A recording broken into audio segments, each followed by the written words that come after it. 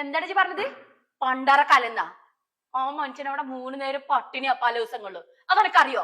ഇജ്ജ് ഇവിടെ എന്താ ചെയ്യുന്നത്? ഒന്നില്ലെങ്കിൽ ഷവർമ്മ, അല്ലെങ്കിൽ വേറെന്തെങ്കിലും. ശരിയാടാ, തിന്നണം. നിങ്ങൾ തിന്നണം. നിങ്ങൾ തിന്നിട്ട് തന്നെ വളരേണ്ടത്. നിങ്ങൾ തിന്ന് വളരേണ്ട വേണം. പക്ഷെ ഒരു വാപ്പാനെ ചെയ്യണ്ടാ. എത്രമാത്രം എനിക്ക് പറയാനുള്ളത്? ഞങ്ങള് ചോദിച്ചതിന് മാത്രം പൈസ ഇല്ല.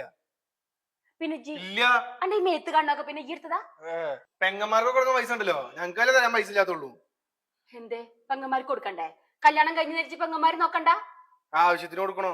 എടാ ഒറ്റങ്ങളെ എത്തിയുമല്ലടാ. അനക്ക് ഒന്നില്ലേ എന്റെ വാപ്പല്ലേ എന്റെ അമ്മല്ലേ? ആ 2 കുട്ടികൾക്ക് ആരാടാ ഉള്ളത്?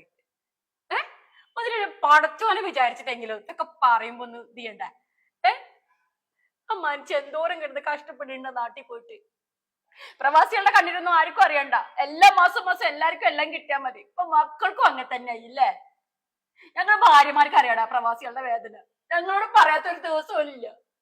എന്റെ മാപ്പിളെ കുറിച്ച് ഞാൻ എന്തെങ്കിലും പറഞ്ഞിട്ടുണ്ടല്ലോ, അവനക്ക് കുടുംബത്തിന് പച്ചവെള്ളം കിട്ടില്ല. ഓർത്തോളുണ്ട്. എന്റെ കെട്ടിനെ കുറ്റം പറഞ്ഞിട്ട് വാഴാൻ നിക്കണ്ട.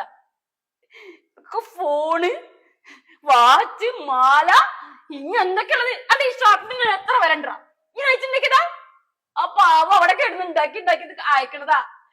അത് എടുത്തിട്ടൊന്നുമില്ല ഒന്നും. എന്നിട്ട് പറയണ് പണ്ടാറടക്കണ് വാപ്പാന്. ചത്തുറ ഞാനൊക്കെ